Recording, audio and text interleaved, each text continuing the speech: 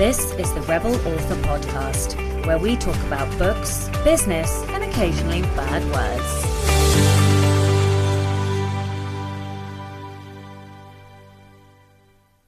Hello, Rebels, and welcome to episode 94 of the Rebel Author Podcast. Today, I'm talking to Angeline Trevena all about magic systems and world building and all of that good fantasy stuff. I love this conversation. We proper geek out, and I talk a bit more about Murdering Magicians, which is the next series I'm going to be writing once I finish The Scent of Death. Well, and my other series. But yes, next year I will be working on Murdering Magicians. And so I'm like in the process of building a magic system. And so this was a really helpful conversation to me.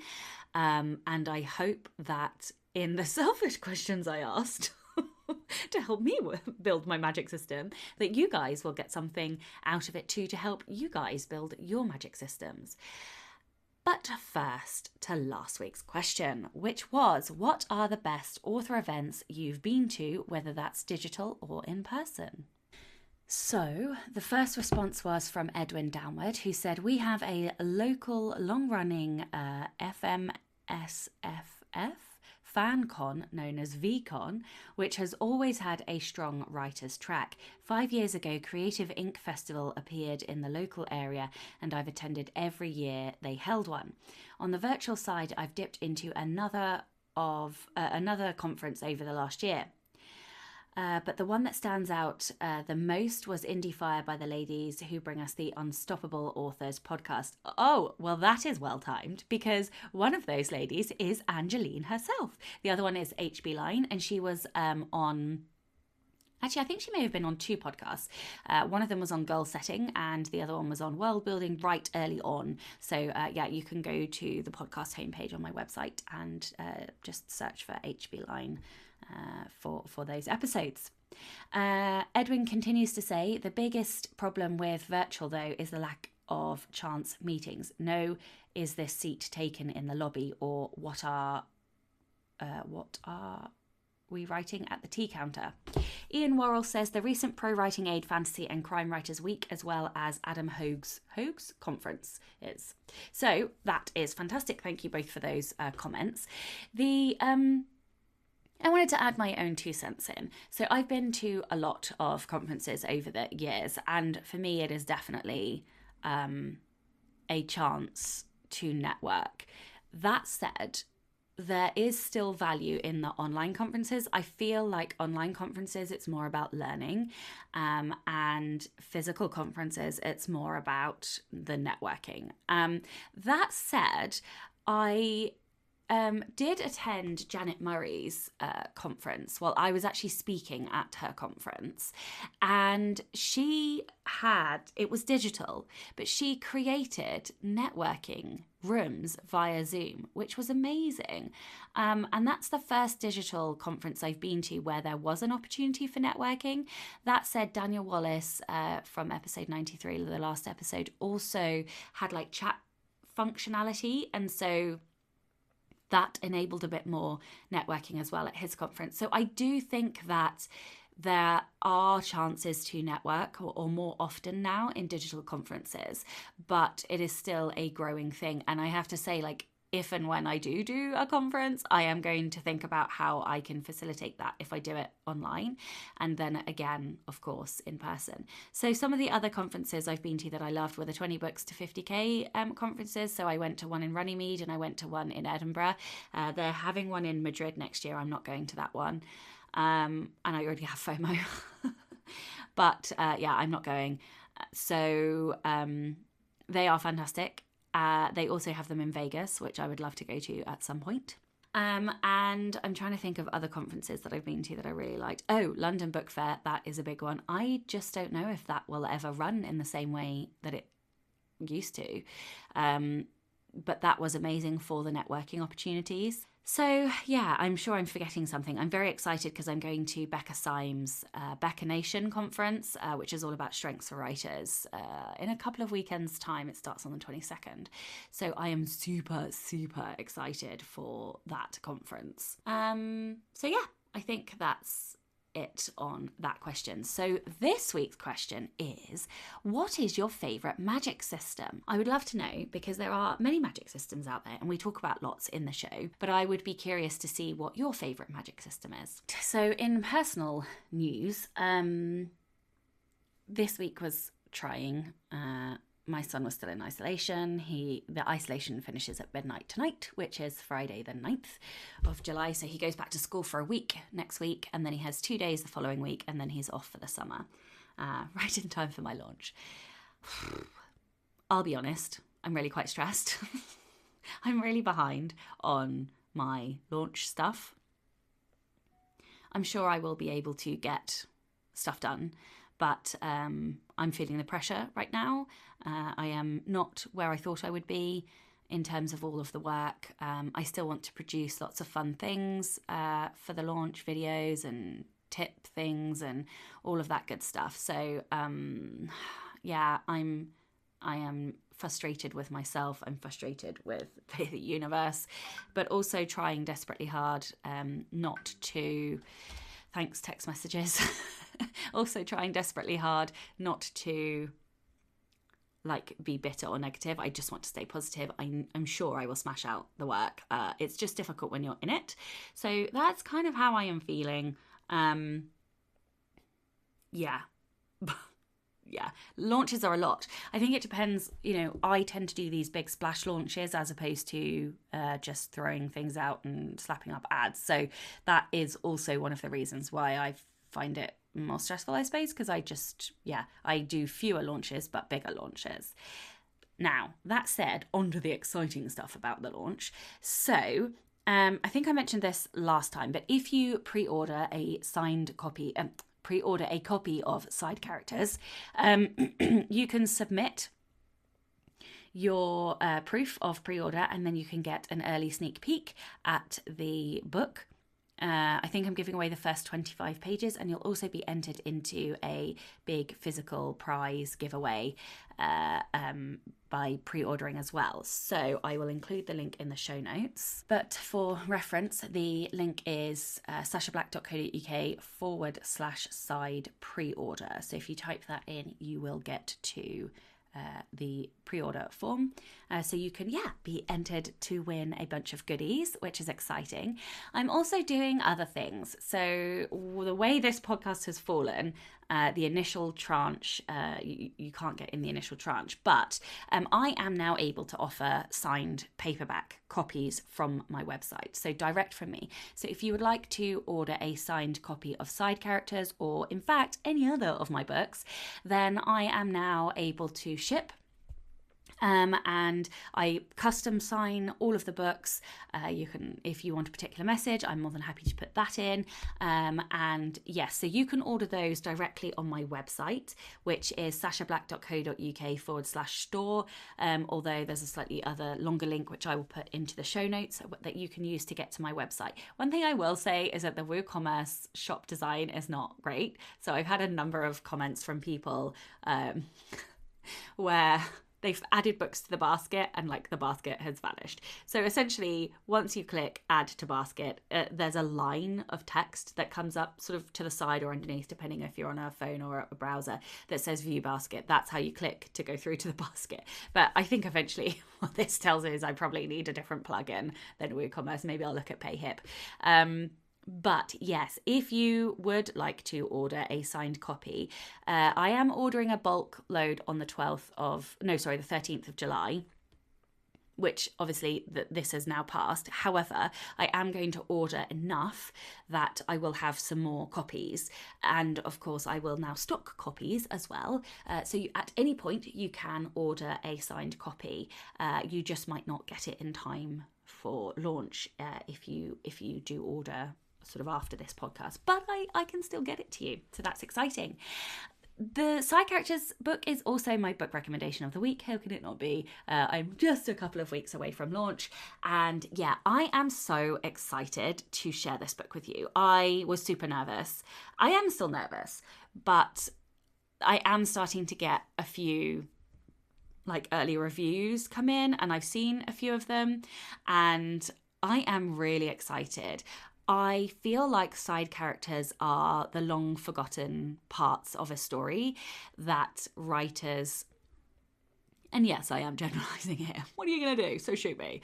But, generally speaking, writers neglect side characters quite a lot. Of course, not everybody does, but quite often we do neglect our side characters, and they are so useful. They are fantastic parts of story, and they can really create, deeper, more exciting story.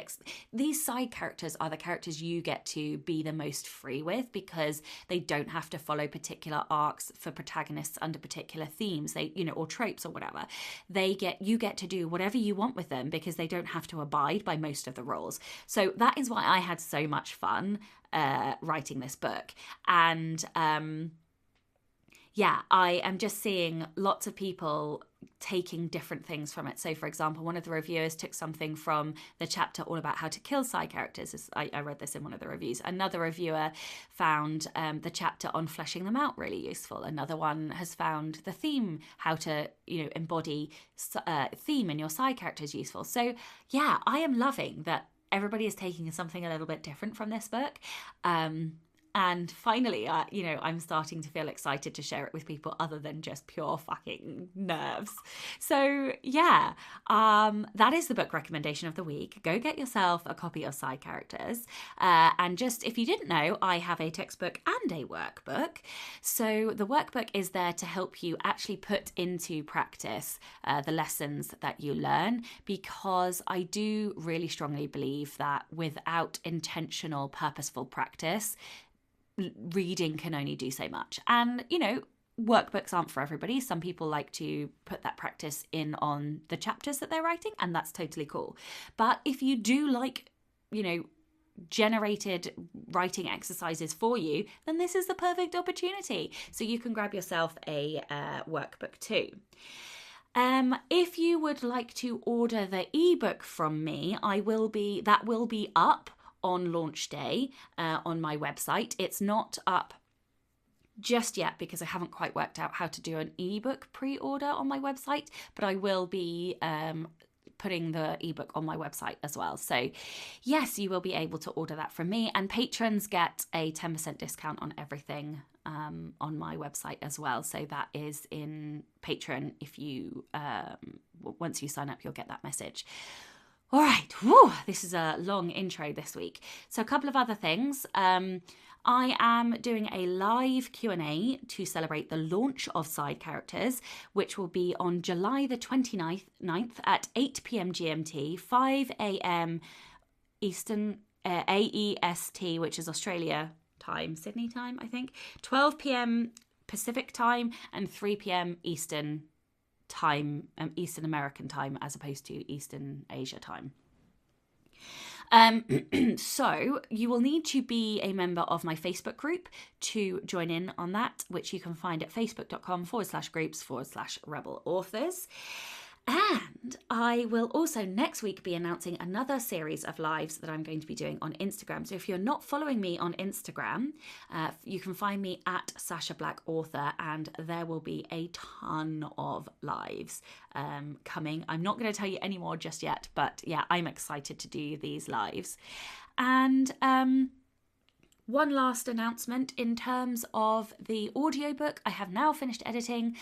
If you are a patron, you will have got the outtakes from the audio booth, and oh my goodness me, I need a swear jar because the outtakes are obscene, utterly obscene. I'm almost embarrassed. If I had a fuck to give, I would be embarrassed, but I have no fucks to give. So it was bad. Also funny, hilarious. I've had some wonderful feedback about that. So I will definitely do another outtake reel when I record prose next. One more, Poison and Prose. The next patron-only Poison and Prose is on the 14th of July, and you should get a reminder in Patreon about that as well. I feel like there was one other thing that I had to mention. It's kind of gone. Don't know what it was. Never mind. So, Rebel of the Week this week is Gordo. Gordo says, firstly, thank you for being awesome. Aw, thanks. folks. I'm just beginning my author journey, and I discovered you via Meglator's YouTube channel alongside Jenna Ressi and Daniel Wilcox. Thank you very much. Those guys are all some of my faves, so thank you very much for saying such lovely things. My immediate reaction was, who are these divas? And I've since been drinking in everything you've all got to offer. I have a rebel story, but it's much more about the rebellion of my own speech. While I studied filmmaking and screenwriting at uni, I worked part-time at the local cinema. Getting to see films for free and providing my friends with free tickets was amazing. On the flip side, I learned that people have sex in the back row frequently, and much more frequently than you would think, and often during the empty daytime screenings of random kids' movies. Oh God, like Alvin and the Chipmunks, and then Gordo shudders at the memory. I also learned that when I'm tired, my tongue gets tangled, causing spoonerisms to fall out of my mouth, providing a giggle for customers. For example, and this is going to be hard for me to say, but dot hog, bone fanana, mick and pix, carge lombo. Oh, that was tricky for me to say, but I've definitely done things like that before too. But when you're trying to do it intentionally, it is also it's hard to do. Okay, so Gordo continues saying, flashback to a sticky hot summer's day. I was coming up to the end of an 11-hour shift behind a warm retail counter where I had been saying sweet salted popcorn all day. A poor unsuspecting woman, I'm already laughing at where this is going to go. A poor unsuspecting woman approached the counter with 2 kids. I opened my tired mouth and said, would you like some sweet or salted cock porn?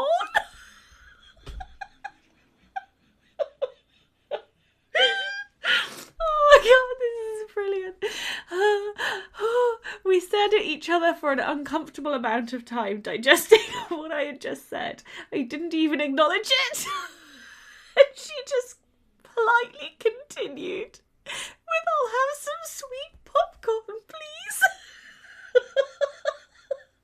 Oh God, I love these rebellions. I absolutely adore these rebellions. This is amazing. I'm literally crying. I've just had to take my glasses off because I'm crying with laughter. The poor woman. Oh, brilliant. Brilliant. Yeah, so Gordo says, so there you go. Spoonerisms are all fun and games until you offer sweet cock porn to a customer. Oh, love the podcast. You and your guests are so insightful and inspiring. Keep up the awesome work. Thank you so much, Gordo. You've given me a right giggle today, and I'm sorry for everyone who's having to listen to terrible audio where I've laughed too loud. All right, let's move on. So a big thank you to new patron Melinda Brack. I really deeply appreciate the support, and of course I really appreciate the support of everybody who is an existing patron, old and new alike. If you would like to support the show and get early access to all of the episodes, as well as bonus content like my obscene outtakes from recording the audiobook, or if you would like to join me for Poison and Prose sessions, of which I think the next one is this evening as this episode airs, then you can do so from as little as $2 a month by visiting patreon.com/Sasha Black. All right, this week's episode is sponsored by Pro Writing Aid. I have just renewed my Pro Writing Aid subscription because it is a fan-freaking-tastic piece of editing software. I use it personally as both my last line of defense and as a kind of grammar checker, style editor, and writing mentor before I ship my manuscript off to my editor. But Pro Writing Aid is about more than just finding grammar mistakes. It helps you to learn good writing techniques. It has over 20 different writing reports that make suggestions and then offer detailed explanations for those suggestions. They have videos and even quizzes to help you understand the reasoning behind those suggestions. Writing can be grammatically perfect and still feel awkward and clumsy. Pro Writing Aid helps to search out elements like repetitiveness, vague wording, sentence length variation, overdependence on adverbs, passive voice, overcomplicated sentence constructions, and so much more. Of course, ProWriting Aid will never be able to replace a human editor, but rather it helps you to self-edit your manuscripts to a deeper level, so that when you do send it off to an editor, they are able to focus on the meat of your writing and not spend their time fixing basic writing issues. All right, that is it from me this week. Let's get on with the interview. Hello and welcome to the Rebel Author podcast. Today I am joined by Angeline Trevena. Angeline was born and bred in a rural corner of Devon, but now she lives among the breweries, which is a word I find very difficult to say, and canals of central England with her husband and their 2 sons and a rather neurotic cat. She is a dystopian, urban fantasy and post-apocalyptic author, a podcaster and events manager. In 2013, she graduated from Edge Hill University, Lancashire, with a BA Honours degree in drama and writing. During this time, she decided that her future lay in writing words rather than performing them. Some years ago, she worked at an antique auction house and religiously checked every wardrobe that came in to see if Narnia was in the back of it. She's still not given up looking for it. Hello. Hello. And welcome. And you are one part of Duo of the Unstoppable Authors podcast as well. So let's give a nod to HB Line, the fabulous HB Line, and your lovely podcast as well. Do you want to tell everyone a little bit more about you and I guess like your journey and how you got to where you are today? Yeah, so like it said in my bio there, I am a full-time author now, but it wasn't my lifelong dream. I always wanted to act. So my entire childhood was singing lessons, dance lessons, theatre lessons, and I spent half of my time on stage. So yeah, when I was at university, I actually did a degree in drama and writing, and about halfway through my first year, I found that I enjoyed the writing side a lot more than I enjoyed the acting side. And that was a really strange thing to make that switch and kind of drop that ambition to act, because it had been literally my whole persona, my whole life up to that point had been based on this desire to act. And it was a very strange thing to let go of that. When I left university, I started submitting short horror stories to anthologies. And that's where my publishing career began, really, in short stories. And a few years after that, I suggested to the writing group that I was in at the time, I said, why don't we put together our own anthology and self-publish it?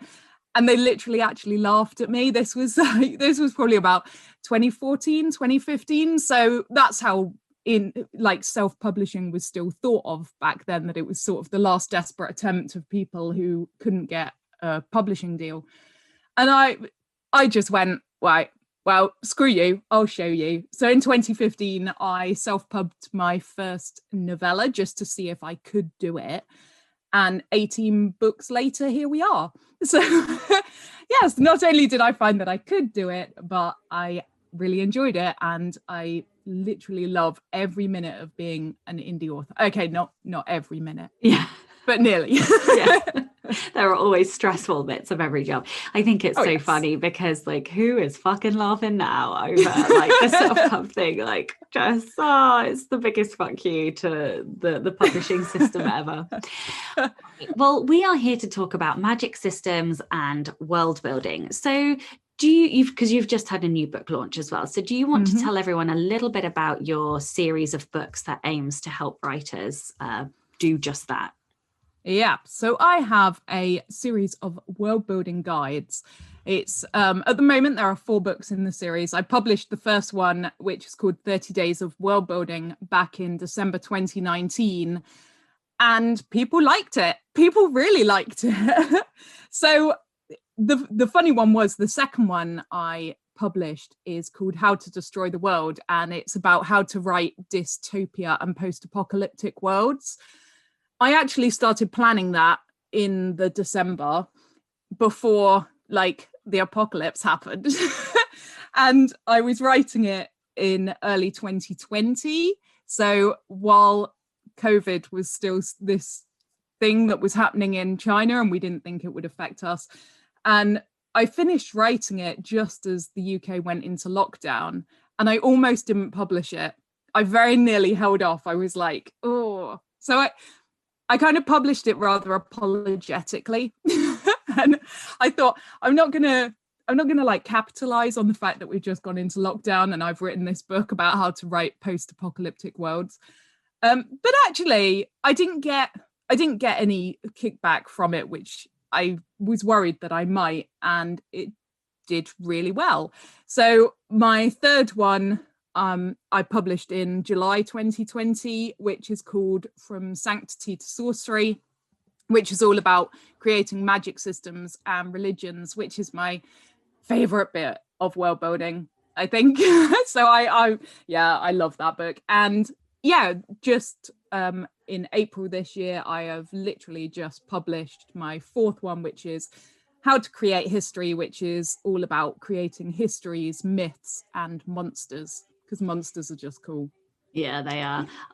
That's the next one on my list. I've read your magic systems because I am sort of percolating, shall we say, a series called Murdering Magicians, and the thing I am afraid of most is creating the magic system. And so this is why I'm like super glad to be speaking to you and why I read your book as well. So, all right, let's start with the basics.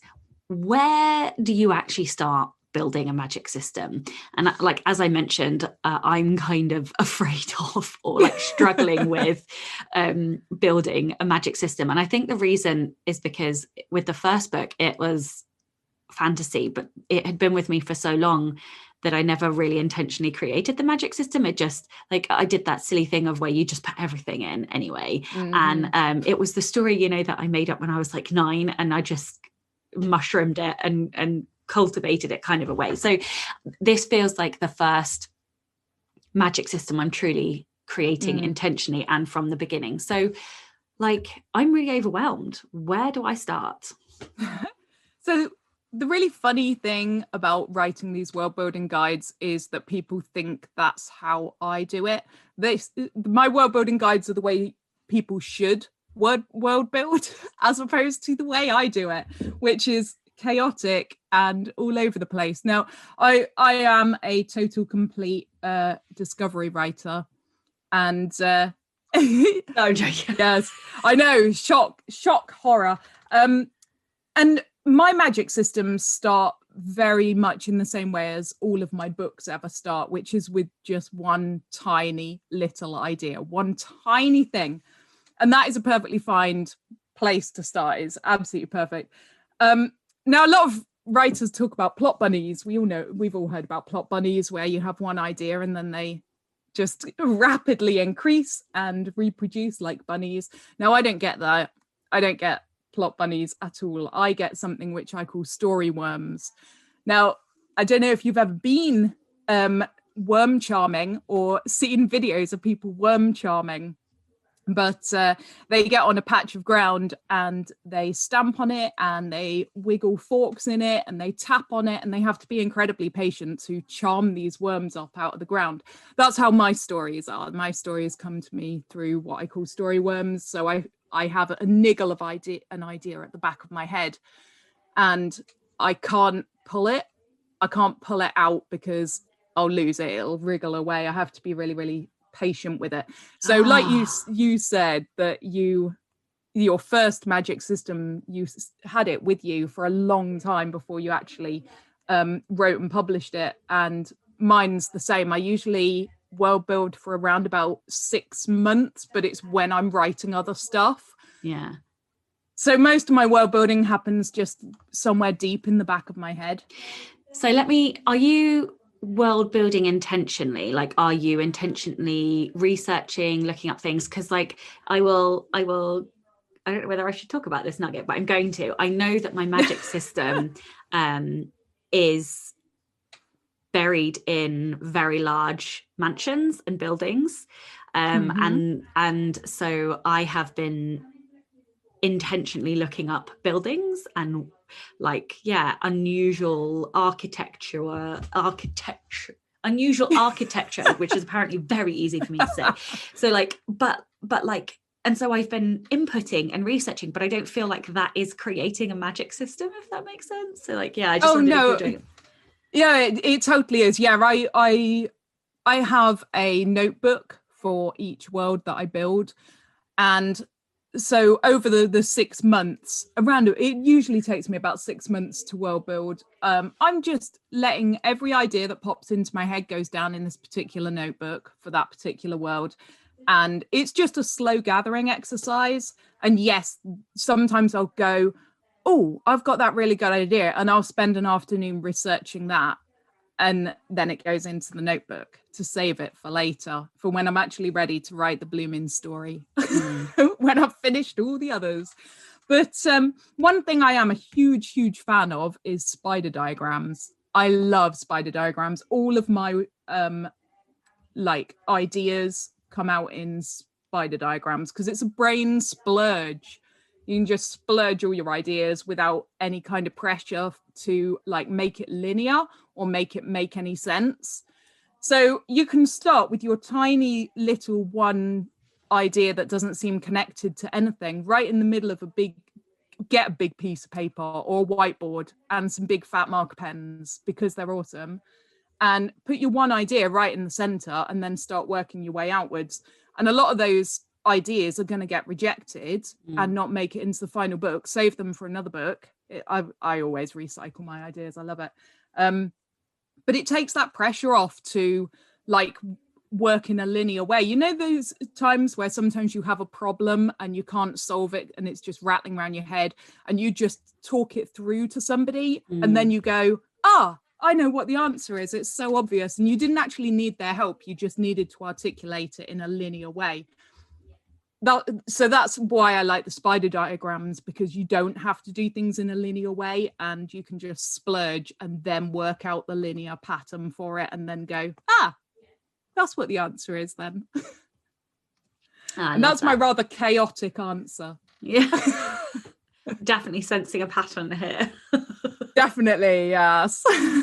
No, I think that definitely gives me permission to keep like pouring in the input. And yeah, I never heard it referred to as a story worm, but I definitely feel like that is the shred that I have for the magic system. And I don't quite know yet how it's going to play out, but I know that I am making decisions and making connections like here because I can feel the story growing. I know that sounds ridiculous, but like I can. Anyway. No, it doesn't. It's not ridiculous. That's exactly how mine work. So okay. Let it grow. Yeah. And I also think I probably need to be a bit more intentional, like, and give it a notebook, because at the moment I'm just storing it in my brain. And I think that's just because I haven't given myself permission to work on it. Definitely give it a notebook. Yeah. Okay. You've just given me an excuse to go buy notebooks, which my wife we need excuses to buy notebooks. I know, it's not like I've literally got a box of them right here, but no, of course I need a new one. You do. Obviously. All right. So one of the things that I know is really important because of conflict creation is to limit the magic system or create limits of some kind or a cost. So how do you do that with a magic system? How do you know what to limit? How do you know what the cost is? Like how do you create that, and why is creating limitations so important? Yes. So as you say, limitations on magic is absolutely necessary because you need it to create conflict. You need it to put barriers in the path of your protagonist so that they can actually have a character arc. So you've got 3 choices on how you limit your magic. So you can have completely limitless magic that can literally do anything, that is all powerful, that everyone uses it in whatever way they want to use it. But then you need really strong consequences of using it. And those consequences can either be societal consequences, like, for instance, it's illegal to use magic, or it's illegal for your particular character because of their demographic to use magic. You know, maybe every time you use magic, it sends like this huge beacon of light up into the sky, so the authorities can come and just grab you for using it. Or you can build a limit into the actual magic system itself. So perhaps you lose some of your memories every time you use magic, or some of your eyesight, or you go a little more insane every time you use it. Or, you know, it might be that you need to have those limits and those consequences of using the magic. But you know, your magic itself can be limitless. It can just be crazy. You can go mad with it. Or you can limit the magic as much as you want and have no consequences of using it at all, which is kind of fun as well. So you can limit your magic in loads of ways. You can make it really difficult to learn. You can make, like, maybe you need a certain plant to do your magic that's really difficult to find. Maybe you need something really expensive. Maybe you need to be really close to the person that you're performing magic on. So you can't send magic spells like across a whole city. Maybe magic is blocked by stone or something like that, you know? So you can either have limitless magic with strong consequences, or you can have limited magic with no consequences, or you can have both. You can have limited magic with consequences of using it as well. So you can really, really limit as much as you want, however much your story needs. And I mean, I write dystopias, so I love making limits to my magic. That's a really important part of the worlds that I create, because they are dystopian worlds. I remember there are other ways that magic can be limited, like maybe knowledge has been forgotten or lost over time. Maybe knowledge has been stolen, you know, so it might be that just the knowledge isn't there anymore of how to do all of the magic, and there might be particular spells that nobody remembers how to do anymore, or there might be spells that you only half know, and maybe like you burn off your eyebrows because you're doing it wrong. You know, but yeah, so limits, consequences, because it all works to create conflict. Because if you have a limitless magic system with no consequences of using it whatsoever, what stops your character on the first page from achieving their ultimate goal? Nothing. Oh, look, you haven't got a book. So yes, you absolutely have to limit or have consequences, or have both, and have fun with it. Be cruel to your characters. I love being an author. It's so much fun. I'm trying so hard to stay focused in the room, because as you're talking, like, I feel like you're feeding my brain, and I'm getting all of these disparate ideas, and I'm like trying desperately to like keep hold of like the threads so that I don't forget. I'm absolutely loving this. Like this, I think so many listeners are going to go away with like 50,000 ideas and have to come back and re-listen to this episode. All right, so what are the most common? I'm gonna have to do it. I'm gonna have to take a post-it and write some of the things down that I just came to me. What are some of the most common mistakes you see in books with magic systems? So one of the common mistakes is creating plot holes with your magic system, and this most often happens when you haven't limited your magic system. So if you have a magic system with no limits and no consequences, and you get to a part of your story where your characters, you're like, right, for the sake of the story, they cannot use magic right now. Why? How do you explain that they cannot use magic if you haven't limited or built in consequences? So that's why you can really write yourself some massive plot holes. What you end up with is something along the lines of the eagles in Lord of the Rings.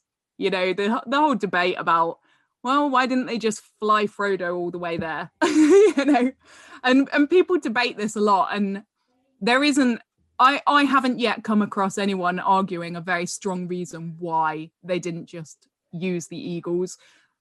So you end up with that. You can end up with these big plot holes. And the other mistake that people make a lot is going, I want magic in my book, and they just kind of use it as a bolt on. They go, "Ooh, there's magic," but they don't integrate it into their world properly. Now, if you think about it, in our world that we live in now, imagine, obviously there is real magic in the world already, but imagine it was like a proper magic system, you know, sort of like Harry Potter sort of magic. Then think about the things that it would affect in society. Like, somebody would know how to monetize it. It would be monetized, wouldn't it? It would end up wrapped up in capitalism. There would be people making huge amounts of profit from magic. It would be in politics. You know, what laws are around magic. And it would be in the education system. It might be in the religion system. You know, it would affect everyday life because of it being integrated into the world. So yeah, sometimes writers will just add it as this bolt on, but forget to put it into the rest of their world. And it's kind of like putting one single orange in a bowl of apples and thinking no one's going to notice. You know, it needs to be integrated. It needs to be properly like it belongs there. And in the same way, not making it affect the character, because the magic has more effect on a character than just, oh, I can use magic. You know, what are their opinions of it? How do they feel about it? You know, maybe they haven't got as much magical power as they want. Maybe they've got more magical power than they want. So it's really important to integrate the magic deep into your world and deep into your character, rather than just use it as a bolt-on simply because I want to have magic in my book because it's cool. That's a good starting point. That's fine. You know, I start a lot of my books from I just want to write this because it's cool. Which is a fantastic segue. I'm going to flip-flop the questions around, because one of my later questions was, how can writers make their magic systems integral to both the plot and their characters? Yeah. So, like I have mentioned a few things. So if you think about how it would fit into your world, okay, integrate it into all the structures in your world, and think always about like the consequences of that. Like magic in the education system, is everyone able to learn magic? You know, it might just be that only boys can learn magic, or only rich children can learn magic. So make sure it's really deep into your story. You can also use magic as like an inciting incident. It can be really involved in your inciting incident.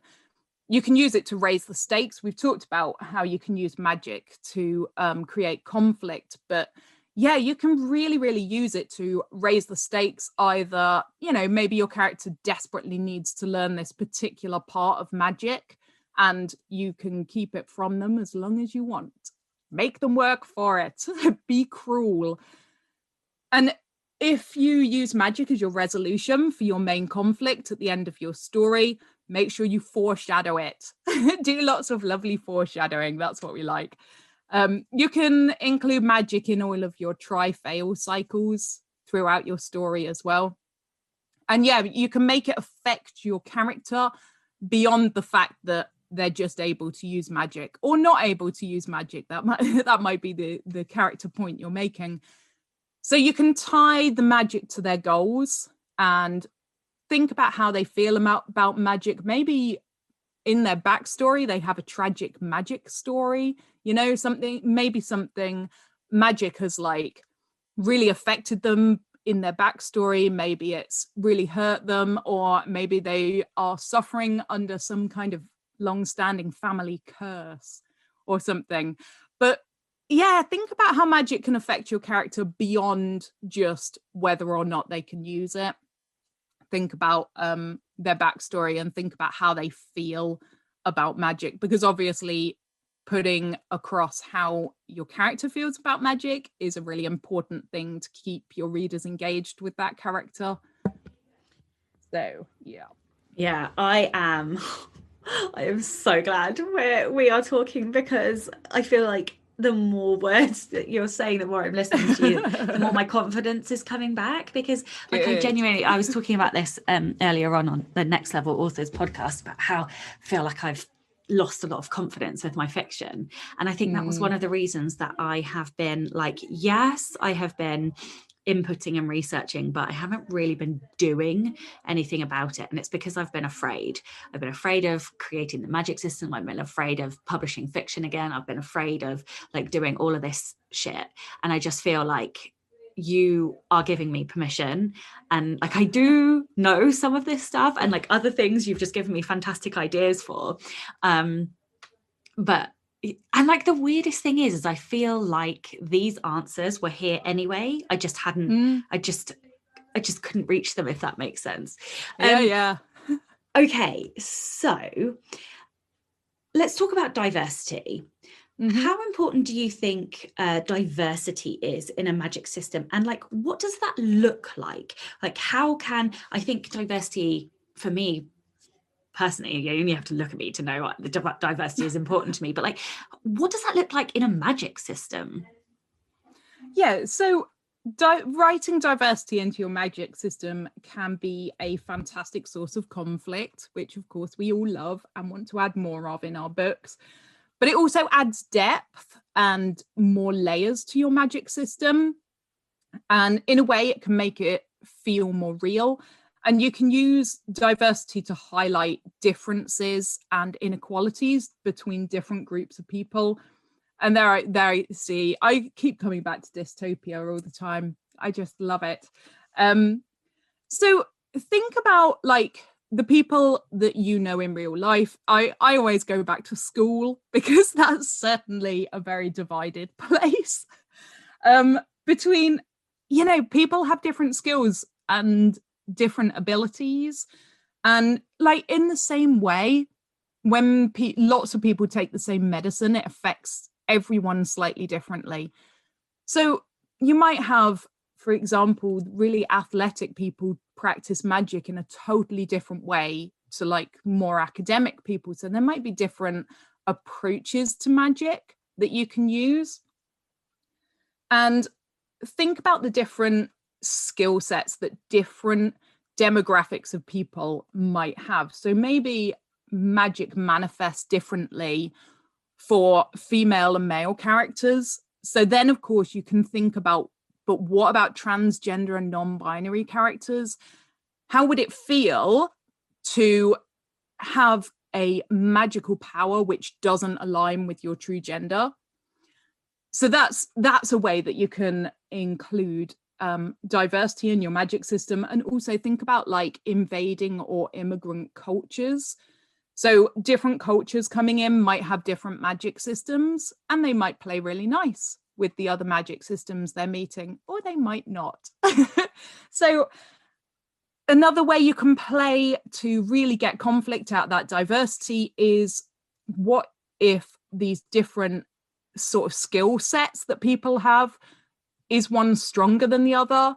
Is one considered more noble and better than the other? Is one of those skill sets taught in schools and one isn't, so people have to learn how to use it themselves? Maybe one of those skill sets is illegal and one isn't. So yeah, you can really play with that diversity. And again, you can play with that diversity when you're talking about the consequences of using magic. So, you know, maybe a certain demographic of people, it affects them more than it does other people. Yeah, it's really, really good fun. And again, it's just being cruel to your characters. How cruel can you possibly be to your characters? I'm just a really mean author.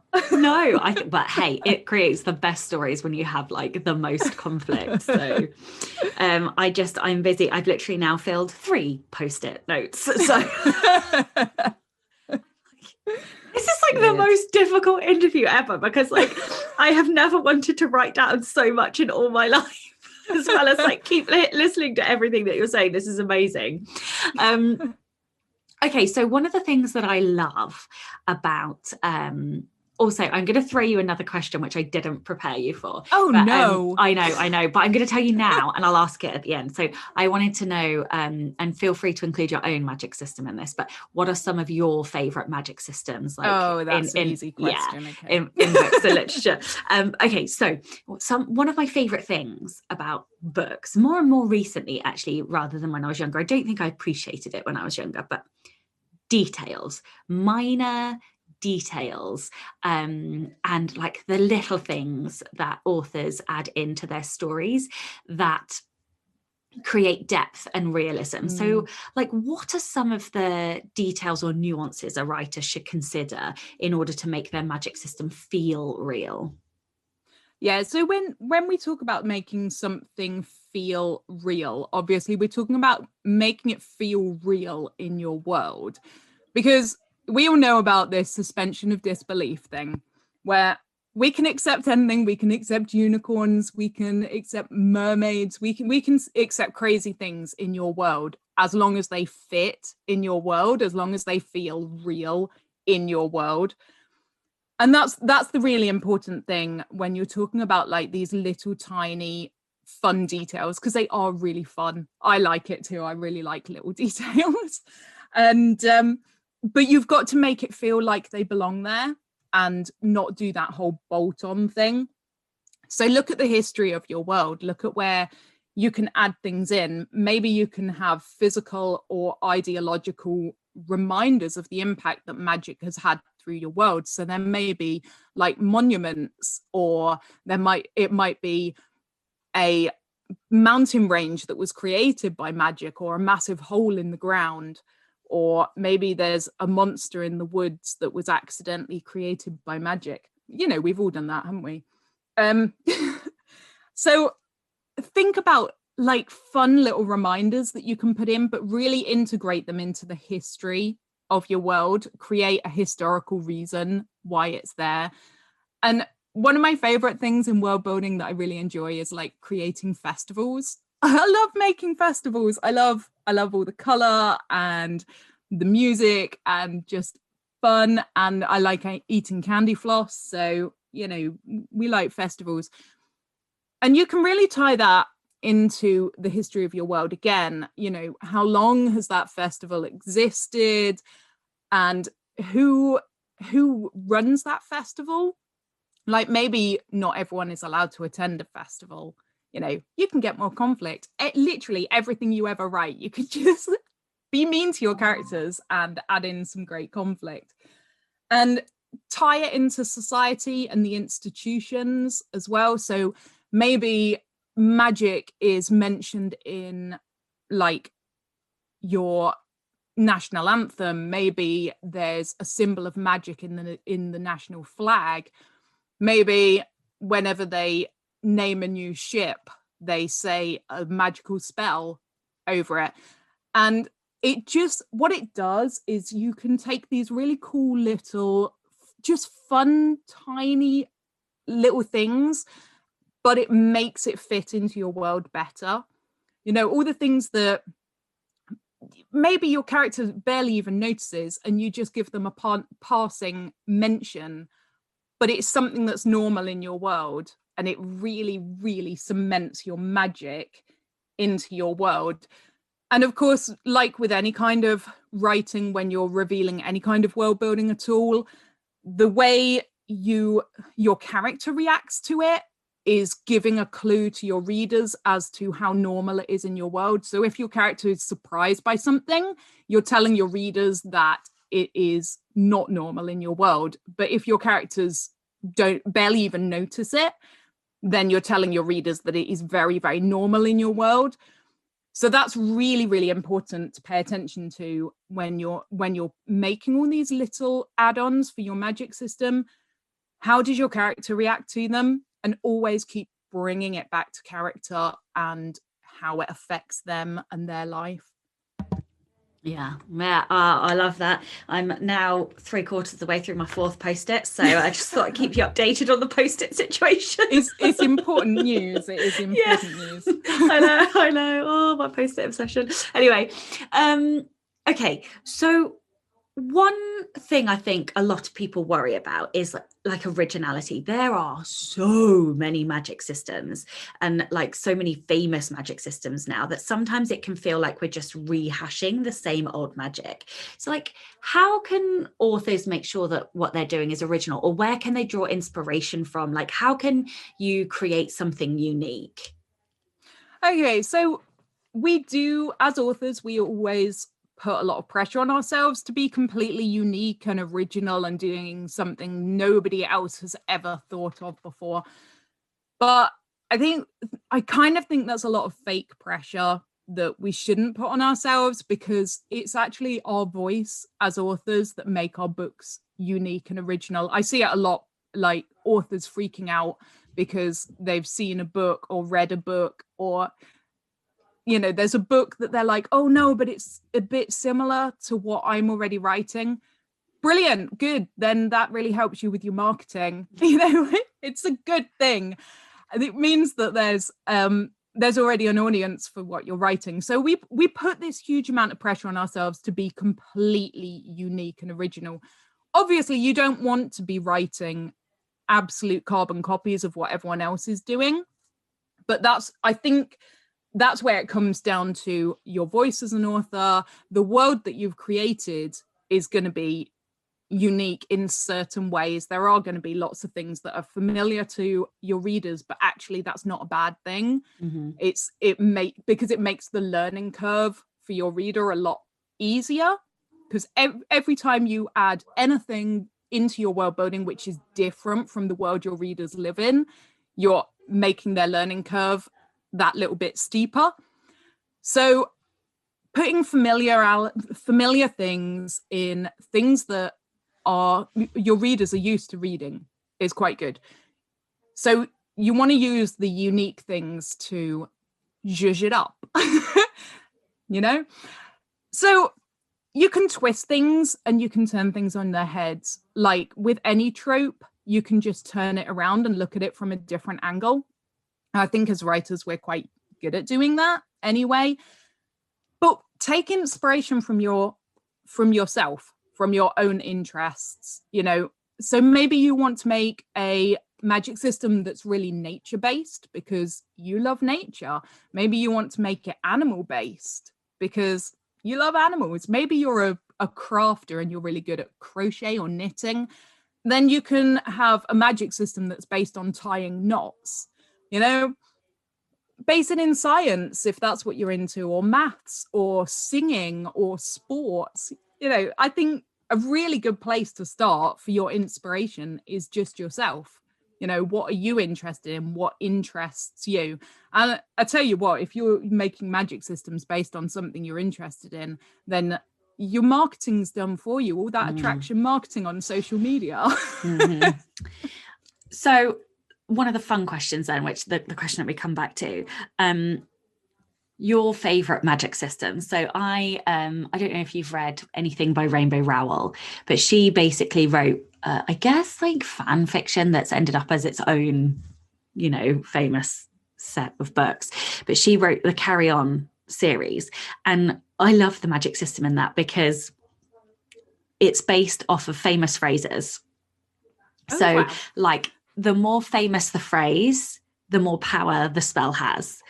And of course, I'm now not going to remember a single bloody one, but like idioms, for example, or song lyric that's really famous, they will have to use the song lyric or a certain phrase, and they have to use it in a certain way, and then it will create the effect that they want. Like burn baby burn, for example, that's a famous song lyric, so they might use their wand with burn baby burn, and then they might be able to set something but I loved the uniqueness of, you have to know enough about general knowledge in order to, and also it's locational as well. So of course some phrases in the UK which would be really popular as spells are not necessarily the same in Brazil or America or whatever, and so then your magic doesn't work in other places, which I just thought was fantastic. So yeah, anyway, that is very cool. I'd be terrible at that magic because pop culture is just, it washes over me. What are some of your favourites? My favourite, whenever I get asked this, I go to exactly the same one every time, and that's Patrick Rothfuss's In the Kingkiller Chronicles, which is blooming difficult to say. Is that the name of the Wind series? Yes. Yes. I have that book. I haven't read it yet. His magic system it's so scientific. It's like all based on like the properties of the materials you're using. And it's like engineering and technology and science all wrapped up in magic. And it's so believable. It is so believable that's what I love about it. You could really imagine that it actually exists in our world, because it's so logical, and it's just, you go, yeah, of course that would work. And I'm gonna have to shove that is my favorite. up the TBR list then, because I definitely own the book. I just haven't got around to reading it. Yeah, I know it's up there somewhere. Yeah, I think it must be on the top just shelf. be warned, we're still waiting for the next in the series. Yes, I have heard that. It's like 10 years. Oh, there it is. It's on the top shelf. Yeah, it's about a decade. Yeah, wow. Okay. I mean, yeah, well, I mean, it's a big series though, isn't it? So isn't there like 4 books or something already? Or three at the okay. moment. Two novels and 1 excellent novella. And aren't they all big? The novels are big. They are big and chunky. Yeah. Okay, cool. I might have to pick up the other 2 books later, because I definitely want to read it. However, I'm like, it's a beast, and I'm trying to read 100 books this year. So I'm like, oh, maybe I'll have to wait until after I've hit my target, and then I can slip in the long ones. I've got a book that's like 800 pages that I really want to read. But I'm like, if I read an 800-page book, I'm gonna like fall behind, because most books are 400 or 500 words, and that's fine. But an 800 book is like 2 books in one. Anyway, all right. This is the Rebel Author Podcast. So tell everyone about a time you unleashed your inner rebel. So you're gonna hate me. I'm an incredibly boring adult. I was a very wayward teenager though, but honestly, most of my rebel moments were just really dumbass. Like me being really stupid. Like, yeah, there was this time at university where me and my friend had the great idea to bleach my hair, and we wanted to bleach it to like white blonde. The only thing was, it was at the time dyed jet black already, and 4 bottles of bleach it took over 2 days, and the second day I was meant to go to work, so I called in sick because my hair was just such a horrendous color that just no. So yeah, that's what my rebel moments are all based on, just really dumb things. I'm so lucky I didn't lose all my hair. I was literally just about to say, you are so like all that you didn't get like scalp burns or whatever. I know, because that is a lot of bleach to have put on your hair. Yeah, about 6 weeks. I think I kept it for maybe 6 weeks, maybe even less than that. I couldn't even get hairbrush through it. And I went to a hairdresser and I was like, please save as much as you can. And they were like miracle workers. They saved most of it. So I tried to go blonde once, also didn't end very well. I was blonde for about a month, and like the thing is, my hair won't go ash white because that's the color I wanted, but it's so dark naturally that it just refuses to go ash white. I just get this yellow color, and it doesn't matter how much toner I use, how many times I bleach it just will not go, or it will go, but then my hair is fucked, and like, so it's just not worth even trying. So now I do big bright colors instead, although I have to say I'm definitely rapidly going grey, so I'm sure I'll be white before long. Anyway. But that's cool now. Is it cool now? This is what my wife keeps telling me, but I really don't feel cool in any way, shape, or form. She redid my roots yesterday, which is why it's a bit pink rather than purple. Like after a couple of dyes, it goes darker. And she was like, "Oh, there's a grey, there's a grey." And I'm like, "Shut the fuck up! Why do you keep telling me about them? What's wrong with you?" And she's like this wonderful sort of dirty blonde color that just like, her nan's like 90 friggin' 4 and still isn't grey, like, and I'm just like, you're a dick just because you're gonna have like brown hair forever or blonde hair forever. Anyway, I'm going to stop whining about my grey hair because I won't tell you that I haven't got any yet, and I'm older than you. My parents went grey incredibly late. Yeah, so have mine. My mum was like 50 or like late 40s before she went grey, and my dad was like in his like late 40s, early 50s before he went grey. I don't get it. Anyway, whatever. Clearly, it's just like the stress of my life. Clearly, yeah. All right, tell everyone where they can find out more about you, your books, and anything else you'd like to add. So everything you could ever want to know about my writing life is at angelinetrevena.co.uk or .com will get you there. I am on Facebook, but I'm a bit crap with Facebook.